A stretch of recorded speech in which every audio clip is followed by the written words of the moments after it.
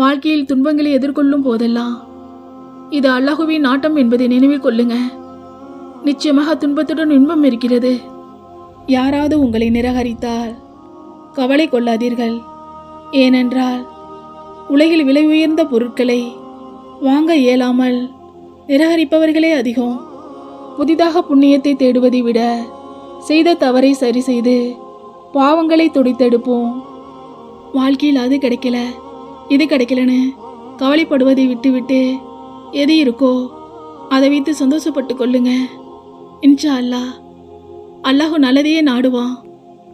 மனதில் நாம் முணங்கினால் கூட அதை கேட்க நம் இறைவன் இருக்கும்போது நமக்கு ஏன் கவலை? நம்முடைய முணுங்கல் கூட துவாவாக மாறட்டும். நம்முடைய அனைத்து கஷ்டங்களும் கவலைகளும் வலிகளும் தற்காலிகமானது. எனவே உறுதியாகவும் பொறுமையோடும் காத்திருங்க.